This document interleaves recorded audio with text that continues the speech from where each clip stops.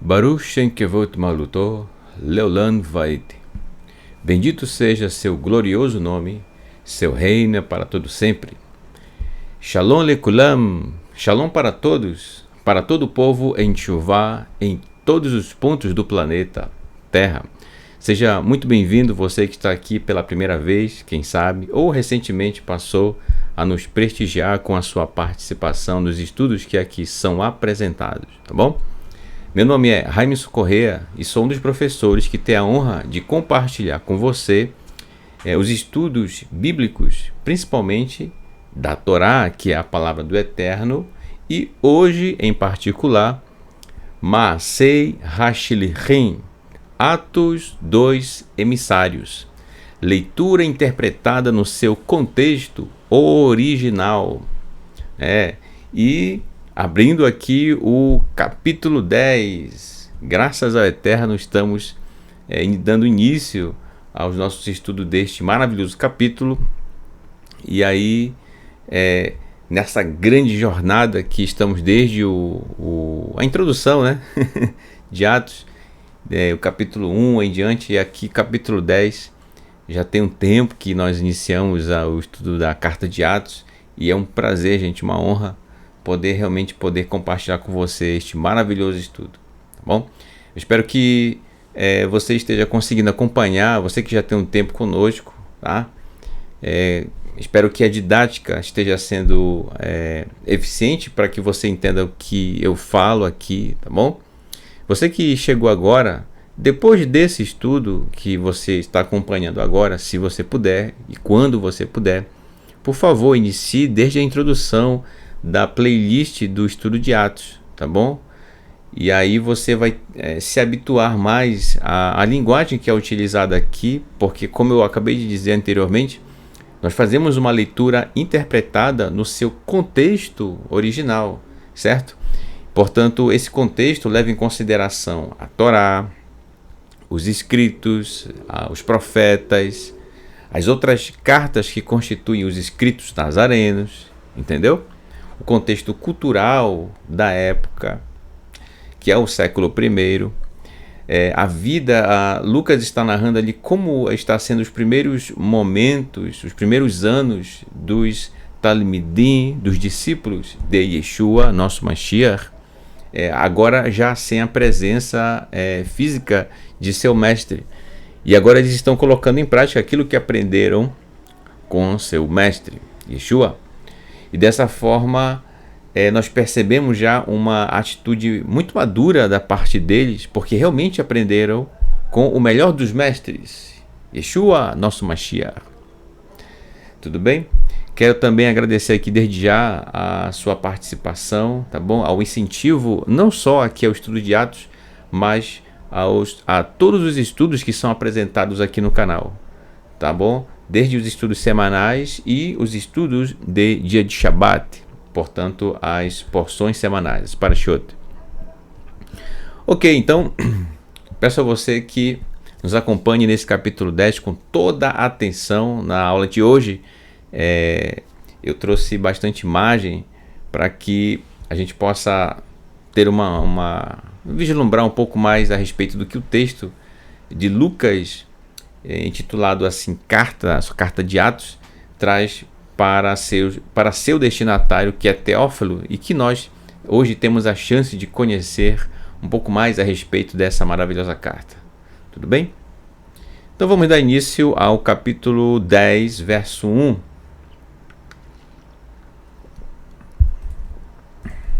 Capítulo 10, verso 1 diz assim: Ishaya Bixrim Cornélius Shmo. Havia um homem em Cesareia. Seu nome era Cornélius. Na sua tradução vai estar dessa forma aqui, tá? Então, o nome dele apresentado por Lucas, aqui em hebraico, né?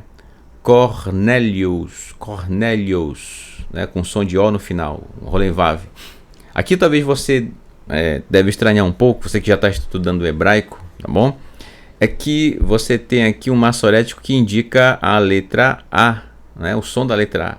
Só que quando posteriormente a esse sinal maçorético você tem o sinal Shivá, que são esses dois pontinhos em pé, e embaixo da letra Resh, tá? Então quando ele é precedido desse sinal Shivá, então o A passa a ter som de O. Por isso lemos Cornélius, entendeu? Cornélius. Na sua tradução para o português pode estar dessa forma como eu coloquei aqui entre parênteses, tá?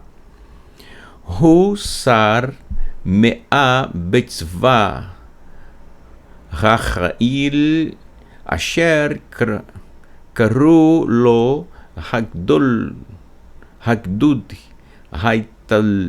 Haitalki. Ele era príncipe de 100, portanto, aí, por isso que na sua tradução está escrito centurião, tá? Então, ele era príncipe ou líder, ou chefe, ou representante de 100, ele tomava conta de 100 no exército da força, portanto, o exército romano, que chamava para ele a tropa italiano, tá certo? Então, já no primeiro verso do capítulo 10, nos é apresentado duas coisas muito importantes. Um lugar, que é Cesareia, a gente vai ver aqui já já, e aqui abaixo eu já trouxe uma imagem para a gente, uma ilustração, ó, de um dos monumentos em Cesareia, certo? E também nos fala deste homem chamado Cornélius. Bom, aqui representando aqui o Cornélius. Pelo fato dele ser príncipe de 100, como eu acabei de dizer, esse é o motivo de nós conhecermos ele como um centurião, tá, gente? Então esse era um título que ele possuía pelo fato de fazer parte do Império Romano, em particular do exército romano. E ele chegou a esse patamar de centurião, tá bom? Então vamos lá. Eu trouxe aqui alguns detalhes a respeito desse verso 1 para a gente conhecer um pouco, né? Bem, já falamos de Cesareia, mas vale a pena, eu não trouxe em detalhes como eu trouxe dessa vez em ilustração. Bem, sobre Cesareia, veja só. Cesareia, ela é um local, uma cidade que realmente é banhada aqui pelo Mediterrâneo, tá, ok? E tem muitas construções, muitas obras que foram realizadas no período do Império Romano e que estão em Israel, em Cesareia, até aos dias de hoje, tá bom?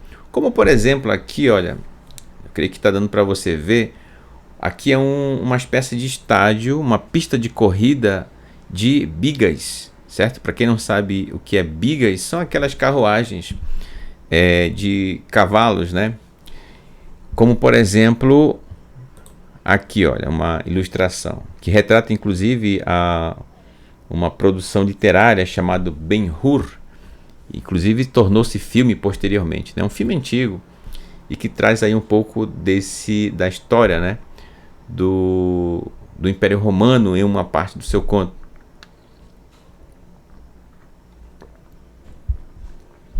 Então aqui na ilustração, olha, você vê aqui as bigas, que são as carruagens, certo? Conectadas aos cavalos. E é interessante, eu trouxe essa ilustração porque ela mostra exatamente o momento logo após o competidor fazer a curva após esse monumento aqui, ó, certo? Que é exatamente aqui, ó, gente. Ele ilustra essa região aqui, ó, esse ponto da pista, logo após ele ter feito a curva aqui, ó, tá bom? Então, competições essas que eram realizadas em Cesareia por parte do Império Romano, já naquela época, tá bom? Além dessa ilustração, também eu trouxe pra gente, olha só, uma outra imagem aqui tirada, né, ampla com essa visão aqui belíssima. Aqui você vê um anfiteatro, tá certo? Esse lugar, inclusive, o Moré Marcos Felipe já visitou, né, várias vezes, das vezes em que foi a Israel. Tem foto, tem registros, né? E você vê realmente a presença marcante aqui do Império Romano, certo? E é interessante porque esse anfiteatro, a forma como ele é construído, né, tem toda uma acústica que motiva a forma em que ele foi construído, né? Uma vez que não se tinha ali a tecnologia do alto-falante, né? Então devia se contar com a estrutura do ambiente para favorecer aquele que falava ali no centro, certo, do palco para os seus espectadores, tá bom? Aqui dá para ver, ó, no canto inferior esquerdo um pedaço da pista, né, da corrida de bigas, tá bom? Ok. Então, Cesareia Marítimo. O verso 1 também nos traz sobre Cornélio, dizendo que ele é um centurião. Então vamos lá. Eu falei ainda há pouco, né, sobre centurião, mas vale a pena a gente trazer aqui preparei um slide especificamente sobre isso. Então olha só. O que é um centurião, ó, aqui em amarelo? Centurião é aquele que é responsável, que cuida de uma centúria. E o que é uma centúria? Era uma unidade de infantaria do exército romano que constituía as cortes romanas, que continha de 80 a 100 legionários, né? O que equivale ao que a gente chama hoje de soldados, tá bom? Para os romanos, legionários. Então, veja bem, a responsabilidade que havia sobre os centuriões, cuidar de 80 a 100 homens, no caso os legionários, todos eles homens aptos para a guerra, e dentro das campanhas que eram realizadas pelo Império Romano, quando avançavam o território a fim de conquistar novos lugares, certo? E dessa forma expandir o Império Romano.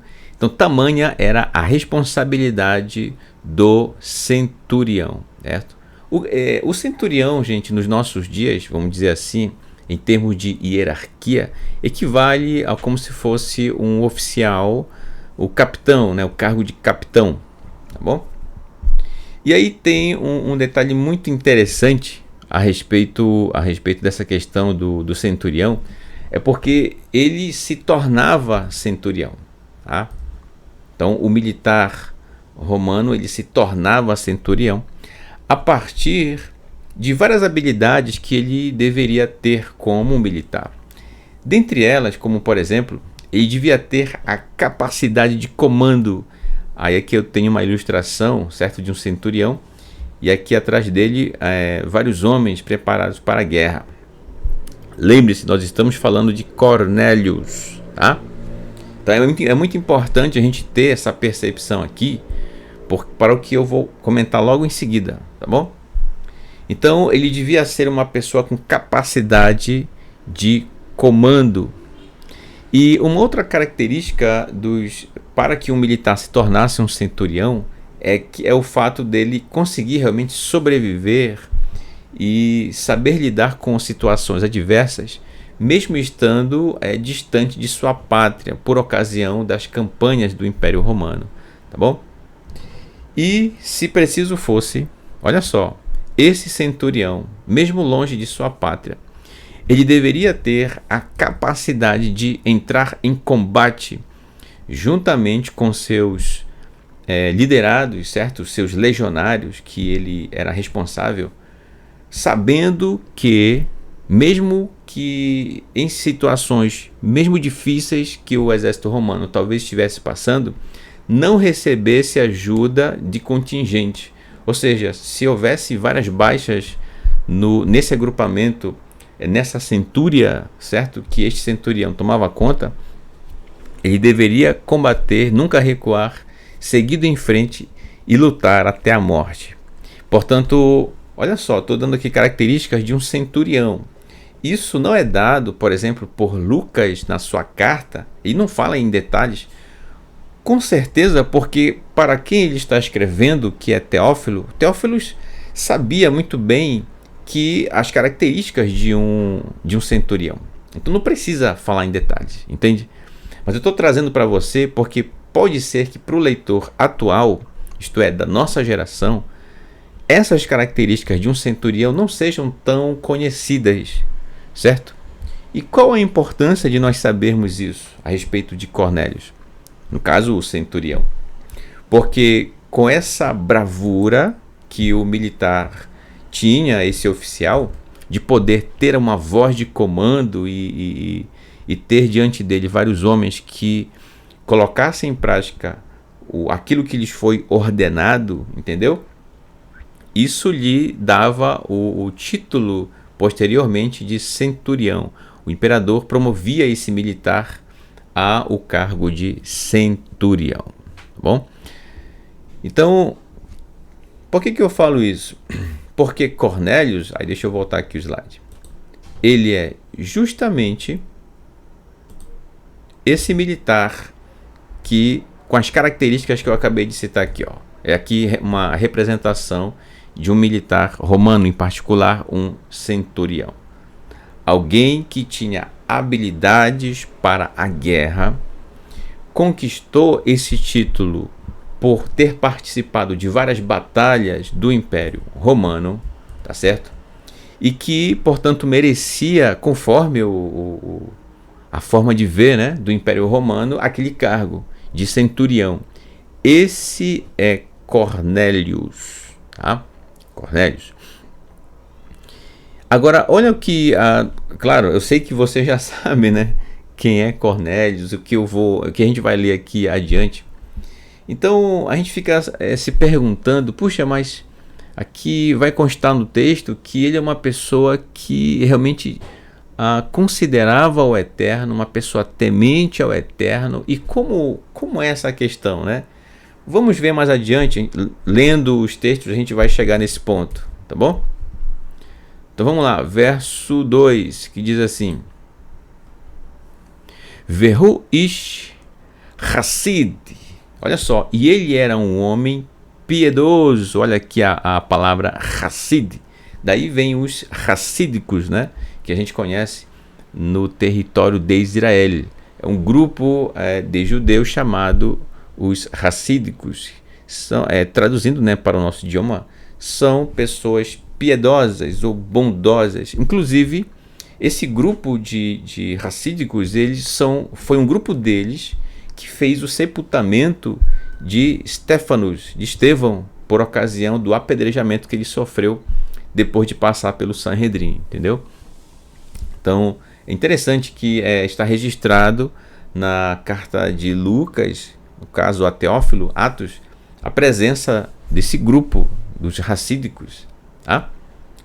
Então diz que ele era uma pessoa, Cornélios é uma pessoa piedosa, bondosa, Vire Elohim, e temente a Elohim, in kol beito, com toda a sua casa, ufizar Natan le'an lerov vaitipalel lelohim tamid, e espalhava presentes para muitos do povo. Ou seja, ele fazia tzedakah, ele ajudava muitas pessoas, tá bom? Eu coloquei aqui de forma literal, tá? Espalhava presente, tá? É isso, ele fazia tzedakah. E orava para Elohim continuamente. Olha que interessante. Mas a gente, como eu falei ainda agora, né? Como pode, né? Ele, um homem versado na guerra, certo? Cornélios. E aqui diz o texto que ele é piedoso, uma pessoa bondosa, que faz tzedakah, ó, piedoso, faz tzedakah e faz tefilot, faz orações. Interessante, né?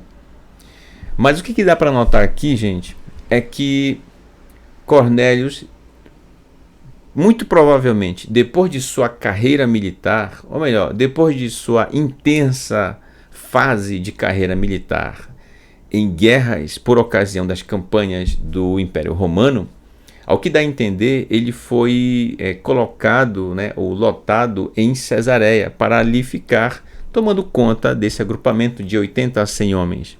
E não mais em contato com a guerra direta, entendeu? Então é isso que dá para entender na carta. Isso é fazer a a interpretação no seu contexto, tá certo? Porque a missão dele ali com estes legionários era conter, manter em ordem as administrações, as coisas do Império Romano, tá bom? Então, pelo fato de ficar em Cesareia e ter contato também com o povo Yehudi, o povo judeu, ele acabou certamente conhecendo a Torá, os profetas, bem como o Tanar em si, entende? E considerou e passou realmente a viver os princípios da Torá na sua vida, sem necessariamente, olha só que incrível, sem necessariamente passar por uma questão proselitista. Então, Cornélios, ele meio que inaugura aqui na carta de Atos esse processo, uma pessoa que se comporta assim, e a gente vai perceber ao longo da carta que essa é a base, basicamente, do que Shaul vai começar a transmitir no seu discurso, no que ele vai falar, aonde quer que ele for visitando nas cidades, no seu discurso, no que ele vai falar. Então, esse é Cornélios, uma pessoa um militar que passou por situações de muito estresse em guerras e que agora está em Cesareia. Teve contato com o Tanar e agora um servo do Eterno, olha que incrível, um servo do Eterno que faz tzedakah, uma pessoa piedosa e que realmente faz suas tefilot, suas orações. Bom? Verso 3. Vaihi Hayon Kesha'at Hatshit Verine Malach Elohim Nira Elav Bamarzeh Vaiomar Cornélios. E aconteceu que certo dia, em um momento, na hora nona, isto é, às 15 horas, porque o horário, conforme aquele tempo, começava a partir de aproximadamente 6 horas da manhã, o que a gente chama aqui, né? 6 horas da manhã era a primeira hora. Então, se você conferir a nona hora a partir das 6 horas, o que nós chamamos de 15 horas é o que para eles era a nona hora, tá bom? E esse horário, gente, era o horário da oração da tarde, realizada pelo Yehudim. Desde aquela época já se fazia, desde muito tempo já se fazia isso, tá? E ele fazia, tá certo? Então, ele aprendeu com quem? Lucas não diz na sua carta. Contudo, ele aprendeu. Interessante, né? E eis que um mensageiro de Elohim, um malar, apareceu para ele em uma visão e disse: Cornélio. Então um malar se apresenta a ele, certo? Obviamente enviado pelo Eterno. Olha o que acontece.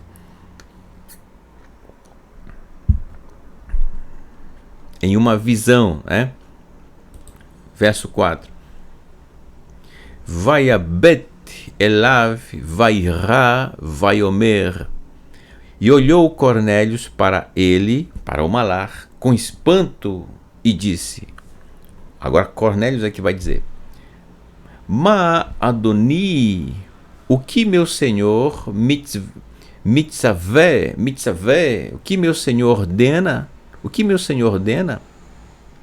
Vaiomer elav, e disse para ele, Tiflatecha vetzidikotecha alo lezikarom lifnei Elohim. Tuas orações e teus atos de justiça subiram para memória diante de Elohim.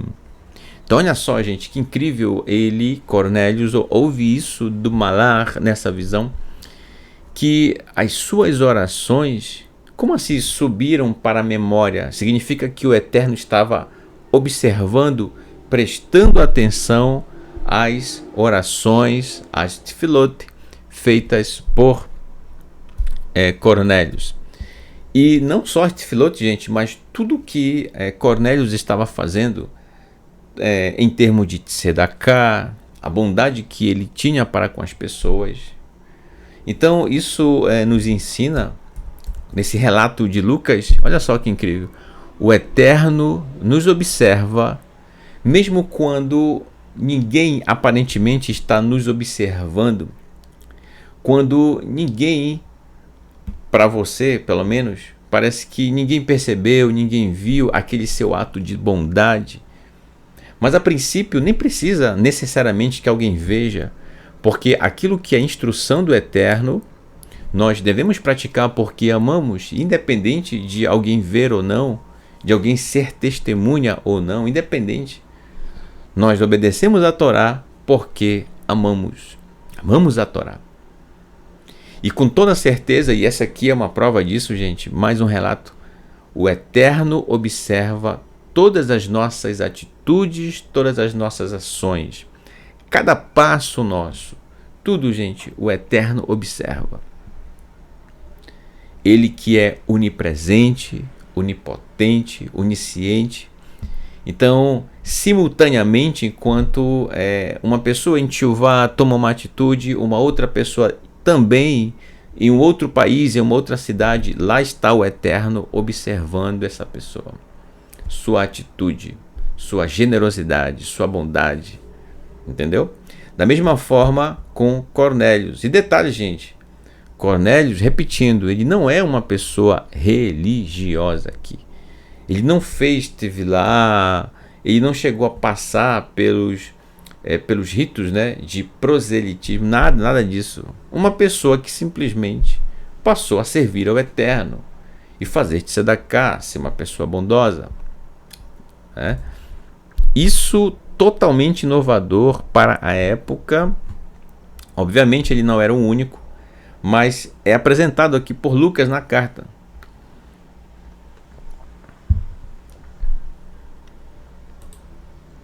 Verso 5.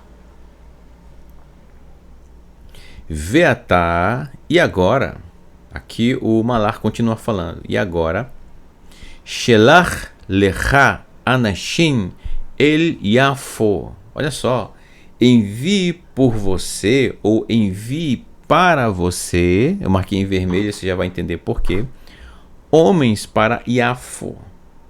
Ukra elecha et Shimon, e chame para você por Shimon, Simão, né, na sua Bíblia, Shimon, Hamekorne Keifa, também chamado Kefa, Pedro, tá?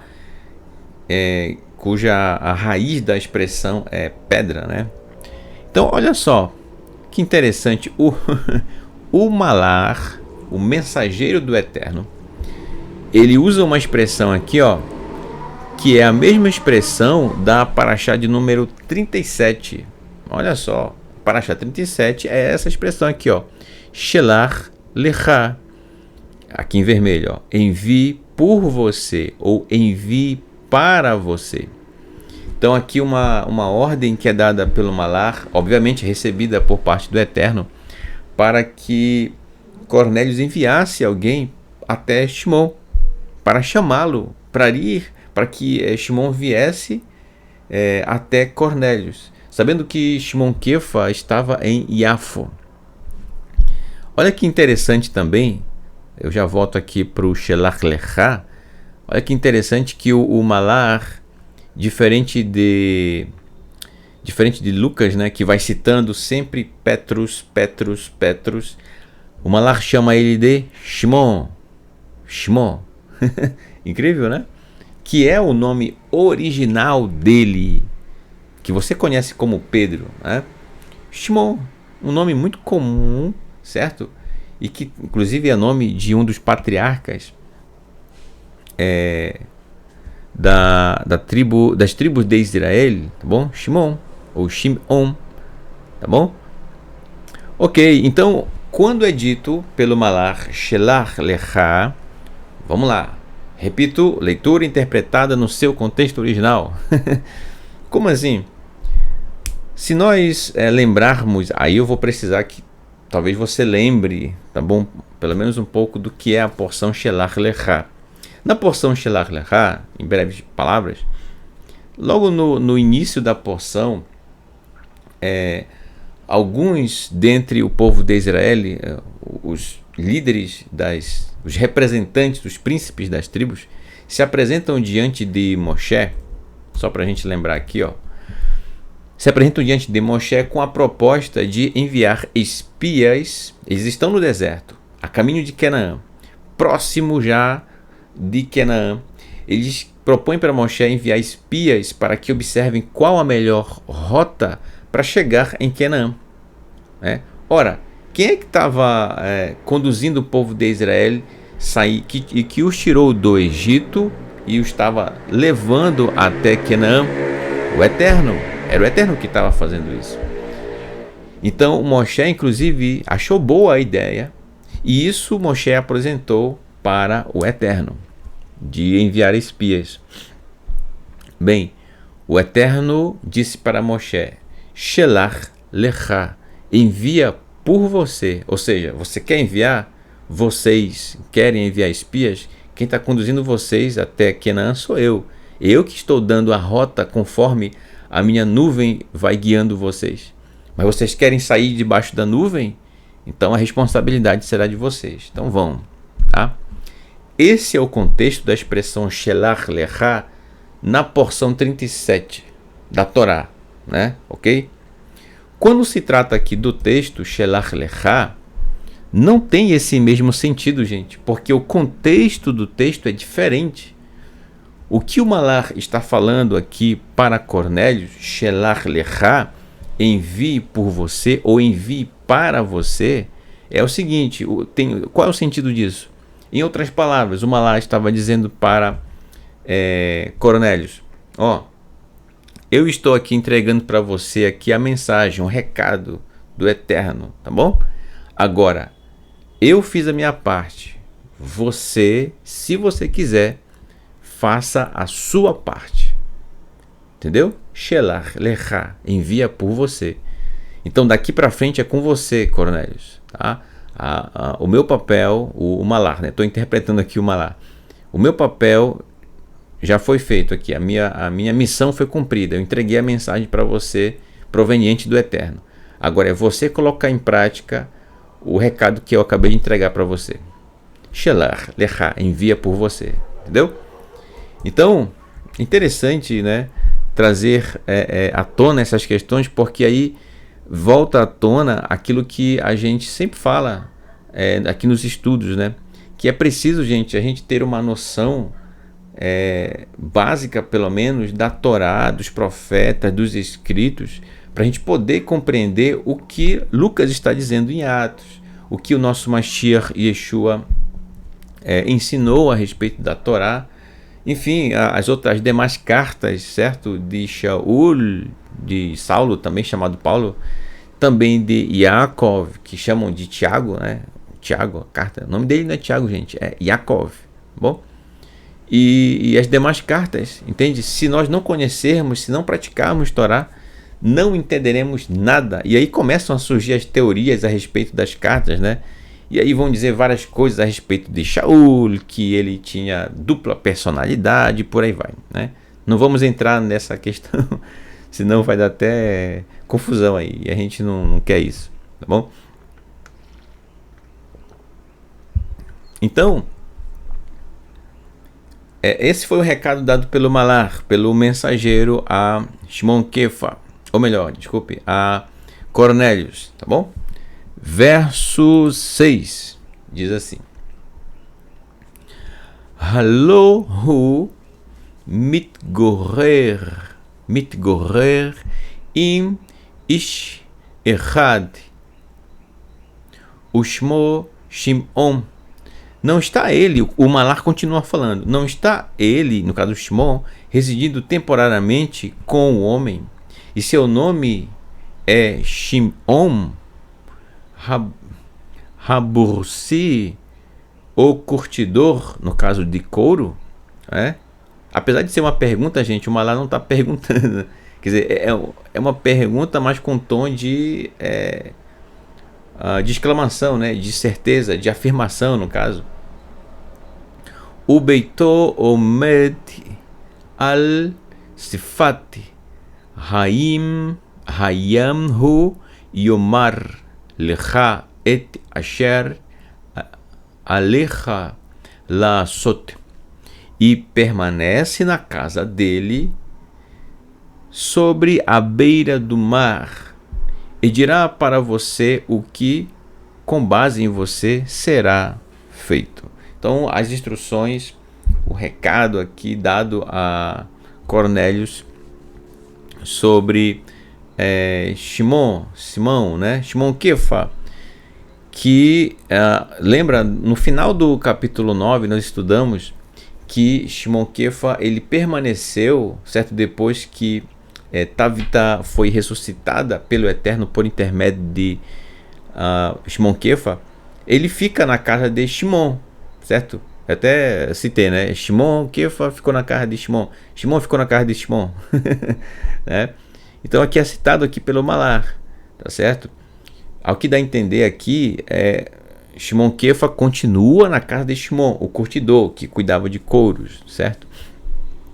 Então, simultaneamente, gente, posteriormente ao estudo de hoje, o Eterno falará já está falando com Cornélios através do mensageiro, e falará com Shimon Kefa, tá bom? Sobre o que vai acontecer. Então, Shimon Kefa vai entender perfeitamente quando os mensageiros de Cornélio chegarem até ele, tá bom? Então isso está sendo dado como instrução pelo mensageiro do Eterno a Cornélios.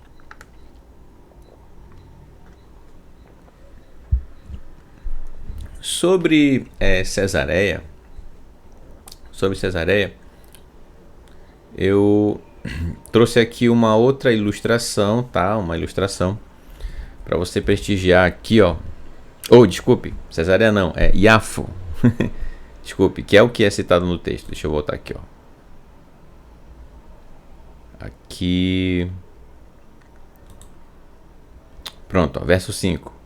E agora envie por você homens para Iafo, e chame para você Simão, né? Também chamado Kefa, tá? Como eu li anteriormente. Então eu trouxe aqui essa ilustração de Iafo. Olha só, para você prestigiar aqui. Muito bonito, né, gente? Também banhado pelo Mediterrâneo aqui, ó, tá? Aqui uma pessoa numa embarcação, quem sabe realizando uma pesca, né? E exatamente como diz o texto de Lucas, gente, olha que incrível, que diz que Shimon Kefa estava na casa de Shimon, o curtidor, certo? Que cuidava de couros. E a casa de Shimon, onde Shimon Kefa estava hospedado, era à beira-mar. Olha aqui essas casas, essas residências Tudo bem que é uma ilustração, né, uma foto de um período bem mais recente, mas a estrutura em si é praticamente a mesma, tá? As casas na beira do mar, praticamente, né? Aqui tem um estacionamento grande, certo? Uma área aqui, ó, e logo em seguida já tem as primeiras casas. E aí você me pergunta, mas, irmão Raimes, qual dessas casas aqui é a de Shimon? Eu não sei, meu. Ah, qual é delas aqui? Eu não tenho essa informação. Mas o que a carta nos diz é que ficava à beira-mar. Tá aqui, ó. Pronto. Tá certo? Confirma aqui a estrutura realmente de Iafo, tá bom? E que mostra realmente essas casas à beira-mar, tá certo? Certamente uma delas, conforme a gente trouxe uma ilustração, uma imagem, uma foto da casa de Shimon, tá certo? Ou curtidor. Também eu tenho aqui uma outra foto um pouco mais panorâmica de Iafo, gente, muito lindo, né? Muito bonito. Os que já foram a Iafo, né, puderam prestigiar aqui essa linda cidade, a beira-mar, né? Onde aqui novamente aqui uma embarcação, certo? Muito bonito mesmo. E aqui você vê mais casas à beira-mar, né? Bem na beira mesmo, né? Olha só.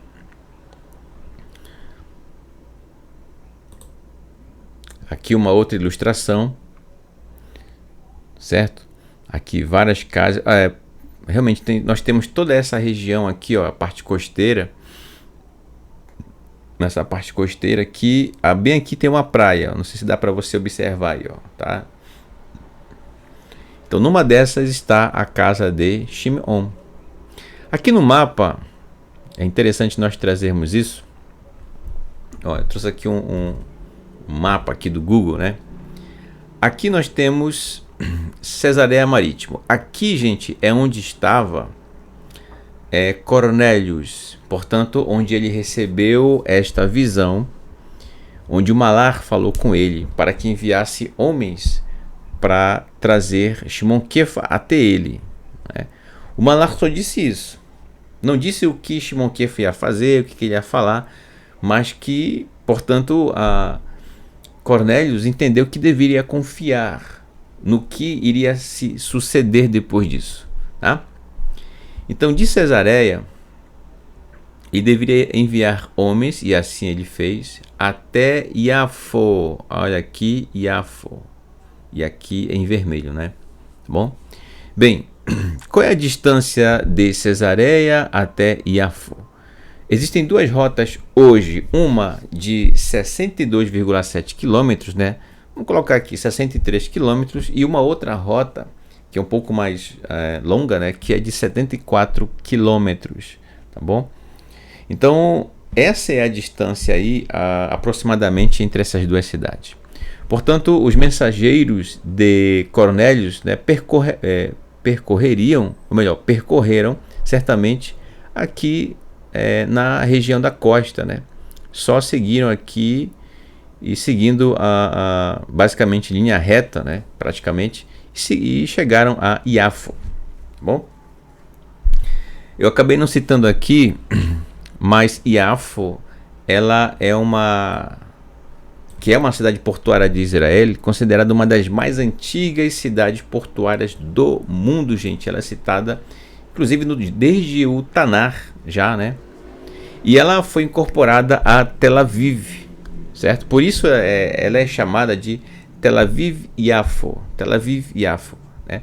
Além disso, Yafo ela é uma das cidades mistas de Israel, porque nela habitam tanto judeus, que é a maioria do povo que hoje habita lá em Yafo, e uma minoria de árabes, tá certo? Por isso é chamada de cidade mista. Além disso, Yafo, gente, ela já foi... Deixa eu colocar aqui uma ilustração. Pronto, para você ficar vendo aqui, ó. Além disso, Yafo, ela já foi fundo de filme, né? Que é Crash of the Titans, de 1981. E também em 2009, com o drama Ajami. E foi indicado ao Oscar, né? Olha só, representando Israel. e ficou entre os 5 finalistas. Retratou como é a vida nesse bairro da cidade, onde vivem lado a lado árabes e judeus. Tá bom? Claro, são informações a respeito da cidade já um pouco mais contemporânea, né? Então, para você ter uma ideia aí de como é que está hoje Yafo, o cenário do povo de Israel. Tá? Verso 7. Vai ler Hamalach kasher kilá ledaber elav. E foi o mensageiro, após concluir o que falou, para ele, Cornélios. Né? E foi, ou seja, ele seguiu o seu caminho. E ele chamou, ele no caso Cornélios, né? Verukra, e ele chamou, El Shnaim, chamou 2 Mavdei dos seus servos, aqui Eved, né? Servo, Beitô da sua casa, Ve'el Ish, para o homem, Ra'il Echad Ire Elohim, Min Raumidin, Lefanav Tamid. Olha só, e ele chamou 2 de seus servos de sua casa e um homem da força, isto é, do exército, temente a Elohim. Olha só, gente, então mais uma pessoa, mais um homem do exército de Roma, temente a Elohim. Então Cornélios não era o único militar, como eu falei anteriormente, que servia ao Eterno, que temia ao Eterno, que fazia as suas tefilot. E obviamente, como se trata de uma missão aqui que envolve as coisas do Eterno, então, pela lógica, Cornélios confiou essa viagem de seus servos sendo guiados por este militar do exército, um oficial, tá bom?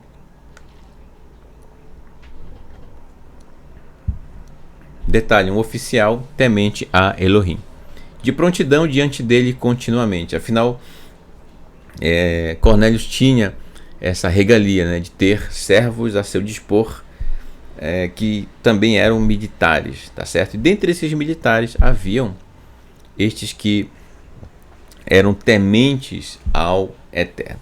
Então você percebe aqui, já começando a aparecer nos textos da carta de Atos, não judeus que creem no Eterno, que servem ao Eterno, que fazem tzedakah, que consideram a Torá, que fazem suas tefilot, enfim, que têm a sua vida servindo ao Eterno e que não necessariamente são religiosos, entendeu? Ok, quem é religioso, ok, né? Que siga, né, os seus princípios religiosos, que siga, mas a gente já está percebendo aqui, já sendo apresentado no texto, essas pessoas, tá bom? Depois nós estudaremos, e Hashem, se o Eterno assim permitir, Shaul levando os princípios da Torá para grupos de pessoas que não são judeus, portanto, para além dos muros de Israel, que receberão com todo o coração o que Shaul as apresentará. Shaul, Saulo, né? E aqui eu concluo o nosso estudo de hoje com o verso 8, que diz assim: Vai saber lachem et kol hadvarim haele vaishlachem Yafo. E relatou para eles, para os seus mensageiros, todas as palavras, e os enviou a Yafo, que na sua Bíblia deve estar Jopé, ou Jope, não sei como é que pronuncia, gente. Acho que é Jopé, né? Jopé. Olha, se você aprender a falar Yafo, é muito melhor, né? Porque se você for, eu já disse anteriormente, se você for a Israel e procurar uma cidade chamada Jopé, ninguém vai saber te dizer, né? Mas Yafo, sim, você vai encontrar, né? Ah, Yafo, nessa direção, né? Tá bom. Então, gente, a gente conclui aqui o nosso estudo de hoje no verso 8, com Cornélios apresentando para seus servos tudo aquilo que aconteceu nessa visão, onde o Malach falou com ele. Qual é a missão dos seus servos? Ir até Shimon Kefa, que está na casa de Shimon, que cuidava de couros, e dizer a ele tudo o que Cornélios os deu a dizer para Shimon Kefa. Então, o que eles têm que confiar? Que quando eles disserem isso para Shimon Kefa sabe do que se trata. Porque uma pergunta que Shimon poderia fazer é: sim, mas ok, o Malá disse para vocês virem aqui, mas e aí? É para eu fazer o quê? Entendeu? É para eu fazer, o que eu vou fazer? Então, o próprio Eterno, segundo Malar, cuidaria disso, de forma que Shimon Kefa saberia o que fazer. Então, é como que a situação agora vai ficar com Shimon Kefa, tá certo? Shimon Kefa vai entender, ele vai saber o que ele deve fazer ao ir na casa de Cornélios, tá bom? Cabe Cornélios cumprir a sua parte, enviar mensageiros a Shimon Kefa, que Shimon Kefa vai saber o que fazer. A essa altura, gente, nesse momento, Shimon Kefa está lá na casa de Shimon, curtidor, certo? Então, na sequência do texto, aí sim a gente vai saber como é que será, o que vai suceder depois disso, tá bom? Eu sei que você já sabe a história, muitos de vocês, né? E a gente vai analisando passo a passo e aprendendo as riquezas dessa maravilhosa carta de Atos, as lições que nós aprendemos nela, tá certo? Que foram registradas por Lucas. Ainda que o que foi escrito nessa carta não foi necessariamente para a nossa geração, porque tinha um destinatário certo, que é Teófilo, entendeu? Mas a gente, lendo ela, pode ter uma noção de como viveram nossos irmãos em Teshuvá do primeiro século, entendeu? Como eles interagiram uns com os outros e com o Eterno, tá bom? E praticando a Torá da forma que aprenderam com Yeshua, nosso Mashiach, ok? Então aqui eu quero agradecer a todos pela sua participação, pela sua presença no estudo de hoje. E por isso eu deixo com você o meu Todarabá, o meu muito obrigado pela sua participação, pela sua presença, pela sua disposição em estar aqui conosco nessa maravilhosa noite de quarta-feira, estudando essa belíssima carta de Atos, tá bom? Ok. Então você que está chegando agora no canal, nos estudos, seja muito bem-vindo novamente, né? Talvez você chegou depois do início aqui do estudo, seja muito bem-vindo, tá? Você, sua casa, toda a sua família e seus amigos, tá bom? Eu espero que realmente a didática esteja alcançando a sua compreensão, tá certo? Teve um irmão nosso, eu esqueci o nome agora, eu sempre esqueço, gente. Pensa numa pessoa, né, esquecida. Tem um irmão que escreveu nos comentários, ele pediu para eu citar a tradução, às vezes, do que a gente cita como uma palavra hebraica, por exemplo, né? E aí eu disse pro irmão: meu irmão, me desculpe, é porque às vezes eu esqueço mesmo, né? Às vezes a gente está falando e aí a pessoa acabou de chegar no canal, está acompanhando o estudo, ela não entende algumas expressões em hebraico que a gente já utiliza.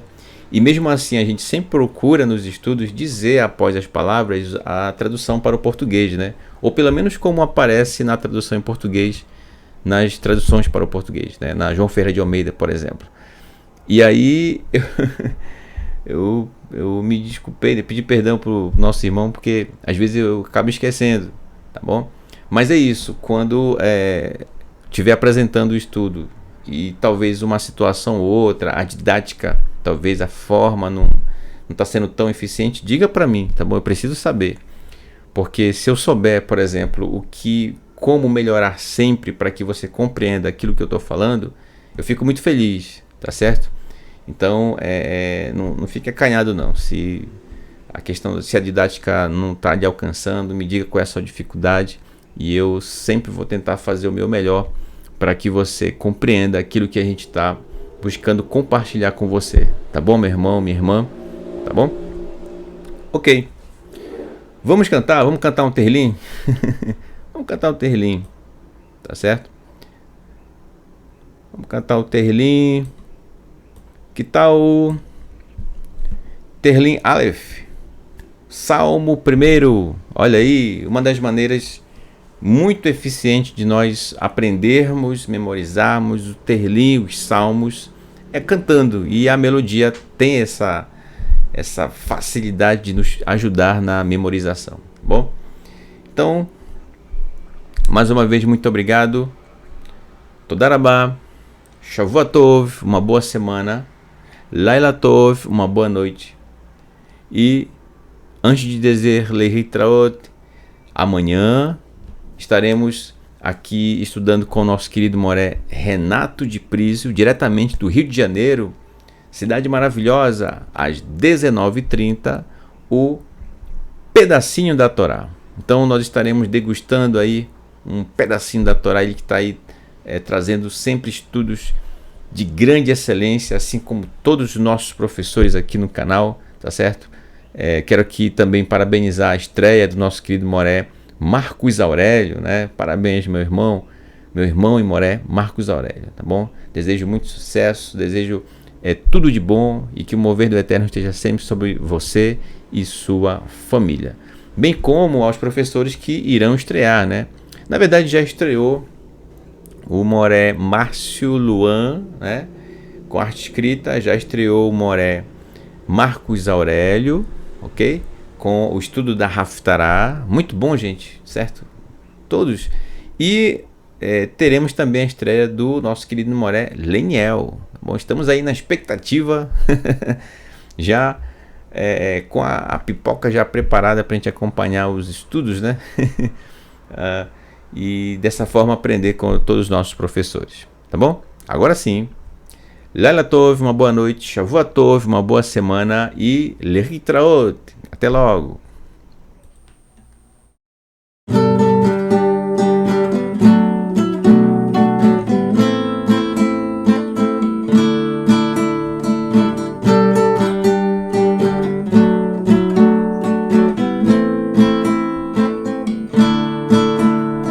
אשרי האיש אשר לא הלך בעצת רשעים ובדרך חטאים לא עמד במושב עצי לא ישב כי אם בתורת השם חפצו ובתורתו נביגם יומם ולילה אשרי האיש אשר לא הלך בעצת רשעים ובדרך חטאים לא עמד במושב עצי לא ישב כי אם בתורת השם חפצו ובתורתו לביגם יומם ולילה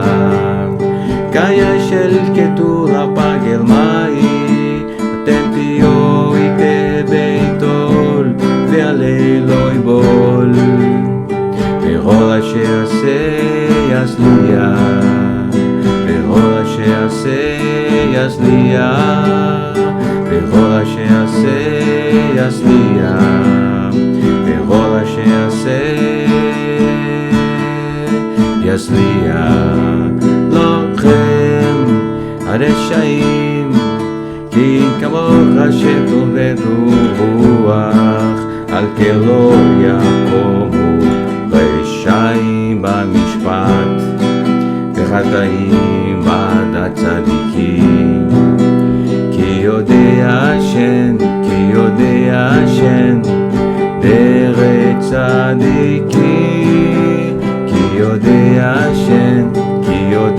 השם דרך צדיקים כי עובדי הנשעים טובים